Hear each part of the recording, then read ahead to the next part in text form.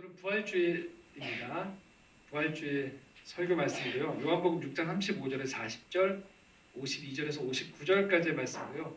이 떡을 먹는 자는 영원히 살리라 라는 제목으로 함께 은혜 나누도록 하겠습니다. 자, 오늘이 부활주일이라고 했습니다. 기독교는 부활절을 아주 중요하게 생각합니다. 부활을 아주 중요하게 생각해요. 왜 그럴까요? 다른 말은 기독교가 현실적이기 때문에 그렇습니다. 현실적이에요. 기독교는 우리에게 환상을 가질 것을 요청하지 않아요. 환상을 버리라고 이야기하는 게 기독교예요. 자, 어떤 환상을 말할까요? 이런 거예요. 우리 마음 깊은 곳에서 부정하고 싶은 게 있어요. 나는 죽지 않을 것 같은 희망인 거죠. 젊은 청년 시절에 나는 나이가 들지 않을 거라는 기대를 갖는 거죠. 그래서 그것들이 빠르게 다가올 때 당황하죠. 살아가면서 내가 조심하면 다치지 않을 거라는 환상이 우리한테 있어요. 그래서 우리는 성실하게 최대한 살아가죠. 선하게 살려고 노력도 하죠. 그럼에도 불구하고 언뜻 우리 삶에 문득 우리 삶에 고난이 닥치고 위험이 닥치고 때로는 여러 가지 사건과 재해가 닥쳐요. 그럴 때 우리는 우리도 모르게 도대체 내가 뭘 잘못했느냐라고 이야기를 한단 말이에요. 여기는 우리가 가지고 있는 환상이 있는 거예요. 내가 사랑하는 사람들은 다 잘 될 것이다라는 또 환상도 있는 거죠. 이걸 안 좋게 악용하는 집단들이 있어요. 이단 집단들이에요. 자, 이 이단 집단은 우리로 하여금 이 테두리 안에 들어오면 안전할 것이다라고 유혹을 하는 거예요. 그래서 그 안에 계속적으로 사람들을 가두는 방식으로 이 환상을 유지시켜 나갑니다. 또 하나는 우리가 살아가는 일상 안에서 이 소비 사회 속에서도 이런 환상을 심어줘요. 이 제품을 먹으면, 이곳에 거주하며, 이 물건을 사면 여러분들에게 이것이 제공될 것입니다 라고 얘기를 하는 거죠. 지금은 요즘 많이 좀 덜해졌지만 한동안 아주 성행했던 광고 중에 하나가 이 아파트 광고들 보면 아주 화려한 광고들이 많았죠. 궁전 같고 그때 당대에 가장 잘 나가는 배우들이 그 아파트 단지에 사는 모습들을 보여준단 말이죠. 그럴 때 우리는 그 제품을, 그 광고를 보면서 환상을 갖는 거예요. 저곳에 가면 굉장히 안락하겠구나라고. 근데 실제 우리가 살아가는 삶에서는 그런 것들에 대한 환상이 자주 깨지죠. 얼마 전에도 뉴스에 나온 거 보니까 100억대가 넘는 아파트인데도 층간소음으로 시달리고 있다는 얘기를 들었어요. 살아가면서 어떤 이웃과의 갈등이 그 아파트에 거주하면 다 해결되어질 거라는 환상을 깨뜨리죠. 어떤 이웃이냐도 중요하고 그곳에서 살아가는 내 마음 상태가 어떤지도 중요하단 말이죠. 그런데도 이 우리가 접하는 소비사회 속에서는 모종의 환상을 재화와 거래를 통해서 자꾸 심어주려고 하는 거예요. 기독교는요, 이런 우리 환상에 그냥 찬물을 끼얹어요. 그걸 깨트려버리고 환상을. 아니다라고 얘기합니다. 잘 되지 않을 수 있다라고 얘기하고요. 그렇지 않을 가능성도 아주 많다라고 얘기하고요. 당신에게도 예상하지 않았던 일들이 벌어질 수 있다라고 얘기를 합니다. 그리고 무엇보다도 우리의 환상을 깨트려버리는 핵심 중에 하나는 당신은 죽는다는 거예요. 여기는 우리 모두는 때가 되어지면 죽는다는 거예요. 끝나는 때가 온다는 거죠. 이 불멸의 환상을 가지고 있는 우리에게 피할 수 없는 진실을 우리에게 대면할 것을 요청해요. 그렇기 때문에 성경은 그대로 가면 안 된다고 얘기해요. 그냥 이 삶에 우리가 직면하는 이 현실에 그대로 딸려 들어가게 되어지면 안 된다라고 이야기합니다. 기독교는 실체를 보여줘요. 분명하게. 진실을 보여줍니다. 그렇지만 대안을, 아니 해결책을 말해요. 당신을 위해 그리고 이 세상을 위해 2000년 전에 분명히 역사 가운데 일어났던 한 가지 사건을 이야기합니다. 이 땅에 하나님의 아들, 신이 개입했다라고 이 역사 가운데 그 사건을 이야기합니다. 그리고 2000년 전에 일어났던 그 사건에 대해서 우리가 받아들일 것을 요청합니다. 그리고 오늘 우리가 접하는 이 말씀은 그 사건의 당사자가 너무나도 담대한 선언을 하고 있음을 살펴볼 수 있습니다. 35절인데 함께 읽겠습니다. 예수께서 이르시되 나는 생명의 떡이니 내게 오는 자는 결코 줄이지 아니할 터이요 나를 믿는 자는 영원히 목마르지 아니하리라. 예수님이 자기 자신을 뭐라고 얘기하냐면요. 생명의 떡이라고 얘기하고 있어요. 떡이라는 게 뭐죠? 먹으라는 거예요. 꽤 충격적인 얘기죠. 내가 떡이니까 나를 먹으라고 얘기해요. 자, 두 가지 의미가 담겨 있습니다. 첫 번째는 이제 곧 예수님이 죽으실 텐데 십자가에서 그리고 부활할 것이다라는 거예요. 이 사건을 당신의 삶으로 받아들이라는 거예요. 첫 번째 의미는요. 두 번째 의미는요. 죽기 전에 제자들과 저녁 식사를 하시면서 나누셨던 빵과 포도주가 있어요. 이것이 내 몸과 피라고 이야기합니다. 오늘 제가 성찬예식을 할 때 이것들을 재현하죠. 그러시면서 이것을 기념하고 먹고 마실 때 내가 너희 안에 거하게 된다는 말씀을 하세요. 두 가지 의미입니다. 첫 번째는요. 바로 2000년 전에 십자가상에서 죽고 부활이라는 전대미문의 사건이 일어나는 거예요. 이전에 사람들이 죽음에서 살아났지만 살아났던 사람들은 다시 죽어요. 때가 되어지면. 그런데 예수 그리스도의 부활은 전혀 다른 차원으로 이제는 죽음이 찾아오지 않는 사건이 일어났다는 거예요. 자, 이것은 뭘 의미하냐면요. 우리 인생 가운데 초월성이 존재한다는 거예요. 초월이 있다는 거예요. 우리의 경험과 이성과 지각은 매우 중요합니다. 살아가면서 그래서 우리는 성실하게 살아가고 지혜로울 것을 요청해요. 그런데 초월적인 사건이 있고 우리를 초월하시는 하나님이 계시다라는 이야기를 하는 거예요. 그렇기 때문에 부활이라는 사건은 계산으로 머리의 상호작용으로는 받아들일 수 없는 사건이에요. 이것은 신이 존재하고 그 신이 천지를 창조하셨으며 그 신이 이 땅의 문제에 적극적으로 개입하겠다라는 사건에 대한 우리 한계를 인정한 사람들의 동의를 말하는 거예요. 그래서 이 문제는 이 부활에 대한 사건이 전적으로 받아들여지는 문제는요. 어떻게 받아들여지는 것이냐면 성부, 성자, 성령의 성령 하나님의 감동이 있을 때 우리가 거기에 동의가 되어지는 거예요. 전적인 부활을 믿는 사건은요. 믿음의 영역이기 때문에 성령의 역사심이 작동하는 거예요. 이 사건은 그래서 계산기를 두드려서 현미경으로 보는 사건이 아니에요. 이 사건을 2000년 후에 우리가 받아들일 때에는요. 전적인 과거로 돌아감이 아닌 지금도 살아 역사하시는 성령께서 우리 마음 가운데 2000년 전에 일어났던 신적인 개입의 사건에 내가 동의할 수 있도록 우리 마음 가운데 역사하실 때 그것이 믿음으로 받아들여지는 거라는 거죠. 그럴 때 우리는 깨닫는 거예요. 이 세상을 살아가면서 눈에 보이는 세상 너머에 초월적인 일들이 있구나. 신은 우리를 초월하시는 분이구나. 거기에 우리가 기도를 하는 것이고 거기서 기적이 일어나는 것이기도 하며 거기에 거래가 아닌 사랑이 있고 은혜가 있고 자비가 있습니다. 그런 삶의 원리가 이 세상 가운데 흐르고 있음을 우리가 받아들이라는 거예요. 그 부활 사건은 우리로 하여금 이 초월성을 깨닫게 한 겁니다. 우리가 살아가면서 그래서 눈에 보이는 이 세상 안에서 때로는 절망하고 때로는 낙심하고 때로는 이것들이 전부이냐 보여지기 때문에 거기에서 삶을 제한적으로 생각하는 사람들 속에서 이 초월하신 하나님을 통하여서 꿈을 꾸게 되는 거예요. 비전을 갖게 되는 거예요. 그리고 이 세상 가운데서 우리는 이 세상 너머에 하나님의 역사하심 그리고 그분과의 사귐을 기대할 수 있고 알아갈 수 있다는 것들에 대한 눈이 열리는 사건. 이것이 바로 부활 사건인 거예요. 두 번째는요.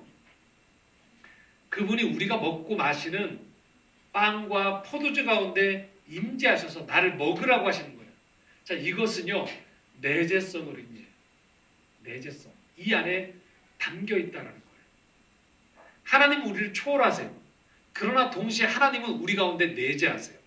그래서 우리가 늘 먹고 마시는 빵과 포도주 가운데 그분이 임재하신다는 거예요. 놀라운 사건입니다. 왜 놀라울까요? 빵과 포도주는 어떤 거예요? 우리의 식사예요. 이것은 우리 안에서 소화작용을 일으키고 나중에 배설물로까지 나가는 거예요. 몸에 양분이 되어지고 배설물로 나가는 놀라운 사건이에요. 이 사건 가운데 신이 임재하겠다라는 거예요. 이것은 무엇을 의미할까요? 우리가 매일매일 경험하고 만나는 모든 일상이 거룩해질 수 있다는 걸 말해요. 우리의 일상이 하나님의 것이 되어지고요. 우리의 일상이 그냥 갖다 버릴 만한 것이 아니고요. 우리 일상이 매일매일의 먹고 마시니, 매일매일 만나는 사람들이, 매일매일 내가 하는 일상의 일들이 신과 관계되어 있다는 거예요. 신성하다라는 거예요. 쓸데없는 게 아니라는 거예요. 먹고 마시는 그 물질에 신이 임해서 거기가 신성해진다, 거룩해진다라는 놀라운 기적이 일어나는 거예요. 그래서 우리가 이 예수 그리스도가 생명의 떡임을 받아들이는, 그래서 그로 인해서 십자가의 부활, 죽음과 부활을 받아들인다는 건 인생을 살아가면서 전혀 다른 두 차원이 우리에게 열려지는 걸 말하는 거예요. 초월적인 세계가 있음을 우리가 인정하는 것이에요. 더불어서 우리가 매일매일 살아가는 이 일상이 그냥 일상이 아니다라는 것. 신이 그곳에 임하는 너무나도 소중한 시간과 공간이라는 것들을 깨닫도록 만드는 사건이라는 것이죠. 그래서 맨 끝이 우리가 아는 죽음, 우리의 육신의 눈으로 볼 때 이 끝이 죽음이면 다 모든 것들이 end, 끝난다라는 라고 우리는 생각하지만 그게 끝이 아니라고 얘기하는 거예요. 여기서 우리는 희망을 갖게 되는 거예요. 살면 뭐하나 라고 생각하면서 너무나도 이 땅의 삶에 버겁고 힘들어질 때 우울해지면서 스스로 목숨을 끊거나 삶을 방기하는 태도를 기독교는 절대적으로 거부하는 거예요. 지금 우리가 살아가는 이 하루하루의 시간이 얼마나 소중한 시간인지, 우리가 먹고 마시는 이 모든 일상이 얼마나 하나님과 관계된 거룩한 것인지를 우리는 기억해야 됩니다. 더불어서 이 시간 너머에 영원함이 이 시간 속에 담겨 있다는 거예요. 그래서 우리는 한 번 살되 죽지 않는 영원한 삶을 우리에게 허락받았다는 거예요. 이게 기독교가 전하는 복된 소식인 것입니다. 그리고 주님은 우리에게 말씀하시는 거예요. 그런 생명의 떡인 나를 먹으래요. 먹고 마시라고 얘기하는 거예요. 기념품처럼 저 위에 올려두고, 또는 여러분들 경험하셨는지 모르겠지만 집에서 전집류의 책을 사잖아요. 그럼 어떻게 합니까? 책꽂이에 쭉 걸어놓고 전시해놓고 안 뽑잖아요. 먼지가 수북히 쌓이는 것처럼 전집처럼 또는 기념품처럼 올려다 놓고 그냥 바라보는 든든한 정신적 마음의 위안이 아닌 매일매일 먹지 않으면 배고프고 줄인 음식처럼 주님을 먹으라고 얘기하세요. 이게 기독교 신앙이에요. 주님은 오늘도 우리에게 말씀하시는 거예요. 나를 기념품으로 저 위에 올려놓지 마라. 주님이 말씀하세요. 나를 먹으라고 얘기하세요. 54절에서 57절 말씀입니다. 함께 읽겠습니다. 내 살을 먹고 내 피를 마시는 자는 영생을 가졌고 마지막 날에 내가 그를 다시 살리리니 내 살은 참된 양식이요 내 피는 참된 음료로다. 내 살을 먹고 내 피를 마시는 자는 내 안에 거하고 나도 그의 안에 거하나니 살아계신 아버지께서 나를 보내심에 내가 아버지로 말미암아 사는 것 같이 나를 먹는 그 사람도 나로 말미암아 살리라. 아멘. 54절 이렇게 말씀하세요. 내 살을 먹고 내 피를 마시는 자가 영생을 갖는데요. 그래서 사실 저희가 이 성찬식을 자주 갖진 않고 창조정원을 거의 처음 갔는데요. 오늘 처음 갔는데 이 성찬식이 그래서 중요한 겁니다. 기독교 2000년 역사에서. 왜요? 살을 먹고 피를 마시라고. 그럴 때 영생을 소유한다는 거죠. 저희 오늘 성찬 예식을 할 때 세례를 받은 어린이까지도 다 이 부활의 이 성찬 예식에 참여합니다. 영생을 하나님께서 허락하신 우리가 믿는 거예요. 그리고 마지막 날에 다시 살리신다는 거죠. 나는 하나님을 알고 있어, 머리로. 아닙니다. 몸으로 직접 예배를 드리는 거예요. 내 몸이 경배의 자세를 취하는 거예요. 내 몸이 수고로이 그분과 동행하기 위해서 애쓰는 거예요. 그리고 몸 대신 예수님을 먹고 마시는 성찬에 참여하는 거예요. 그리고 일상 가운데에서 이 일상 하루하루에 내가 만나는 사람과 시간 속에서 이것이 신성한 것임을 깨닫고 그 일을 극진히 대하면서 우리의 인생의 시간을 허비하지 않는 것을 말해요. 2000년 전에 일어났던 사건이 그냥 유대 팔레스타인 지방에 일어났던 유대인들만의 한 이벤트 사건이 아니라는 거예요. 매일매일 우리는 부활에 초대되는 거예요. 매일매일 우리의 일상은 하나님과 관계된 거예요. 그래서 우리는 먹고 마시는 가운데에서 주님과 함께 영생의 삶을 이 땅에서 살아간다는 걸 의미한다는 겁니다. 절대 오해하면 안 되는 거예요. 그래서 우리가 세례를 받고 성찬에 참여하는 건 그냥 기독교라는 종파에 쑥해서 그 의식에 참여하는 것 너머에 그게 문이지만 그 문을 열고 들어가면 영원의 차원에서 우리가 살아가는 그런 영적 존재로 살아간다는 것을 의미한다는 것이죠.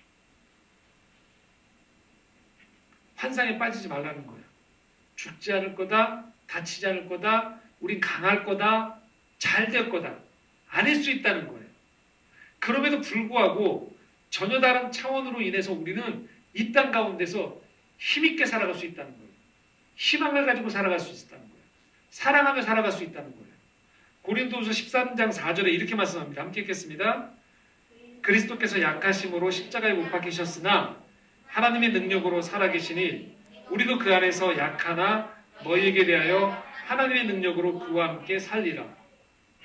역설적인 말씀이요. 그리스도께서 약하게 십자가에 못 박혀 죽으셨어요. 얼마나 약한지. 십자가를 끊고 내려와서 내가 얼마나 강한지를 보여준 게 아니었어요. 근데 그 약함 속에서 하나님의 능력이 임했대요. 오늘 우리가 살아가는 삶에선 무수한 약함이 우리를 괴롭혀요. 사람들과의 차이로 인해서 우리가 끊임없이 일치가 되어지지 않는 고통이 있어요. 우리가 완벽하지 않는 것들로 인해서 실수하고 깨어지기 때문에 절망을 해요. 그리고 이 문제가 해결되어지면 이제 괜찮겠지인데 또 다른 어려움이 찾아와요. 그리고 마냥 용기 있을 줄 알았는데 우리 안에 두려움이 있는 거죠. 그러다 보니까 자꾸 남들이 했던 걸 그대로 답습하고 싶어 하는 거예요. 남들이 괜찮다는 칭찬하는 것이 인생의 성공으로만 규정을 짓는 거예요. 그런데 우리가 이 약함 속에서 우리 한계 속에서도요.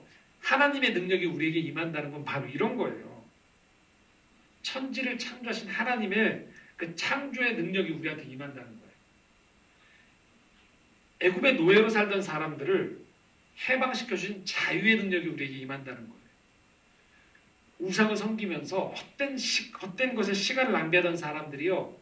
참된 것에 인생의 시간을 투여할 수 있는 진리의 능력이 임하는 거예요. 무관심과 차별을 일삼던 사람들에게 이 세상을 바라보면서 사람들을 하나님의 형상으로 보고요. 이 땅이 불에 없어져 버릴 헛된 것이 아닌 하나님의 창조의 아름다운 선물임을 깨닫는 사랑의 능력이 임하는 거예요. 우린 여전히 약하다니까요. 우리의 육신은 때가 되어지면 죽음을 향해 가요. 그런데 주님이 말씀하세요. 이 약함 속에서 인간의 육신의 눈으로 보여지는 명백한 한계 너머에서 하나님의 능력이 오늘 우리에게 임한다는 거예요. 그래서 우리는 매일매일 부활의 삶을 살 수 있는 거예요. 우리의 삶 가운데 이 부활로부터 부여되어지는 진정한 영원한 생명의 능력이 우리를 찾아온다는 것입니다. 어린이도 아이도 젊은이도 중년의 어른들도 노년의 어르신들에게도 이 생명의 능력이 우리에게 찾아오는 겁니다. 그래서 우리의 한계와 연약함 너머에서 오늘도 우리는 하나님을 찬양할 수 있는 거예요. 하나님을 예배하는 가운데에서 우리 하루하루의 삶을 부활의 능력을 경험한 사람으로 살 수 있는 것이며 이 부활을 전하는 사람. 오늘도 여전히 죽음을 향해 다가가는 것이, 달려가는 것이 인생의 전부인 줄 알고 눈에 보이는 이 땅에 거래하며 살아가는 삶이 전부인 줄 아는 사람들에게 그 삶이 전부가 아니라고. 우리는 전혀 다른 존재임을 증언해주고 초대하는 삶.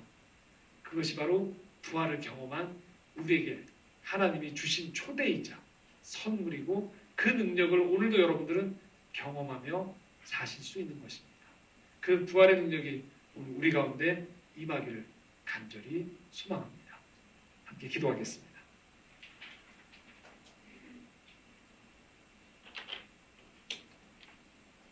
능력의 주님, 오늘 우리 가운데 부활의 능력, 사랑의 능력, 창조의 능력으로 함께하여 주시옵소서. 그의 어둠의 권세를 깨뜨리고 죽음에서 부활하사 우리에게 오늘도 산 소망을 주시는 하나님의 능력으로 하루하루 기쁨으로 담대함으로 살아가는 저희들 될 수 있도록 인도하여 주시옵소서. 예수 그리스도의 이름으로 기도드리옵나이다.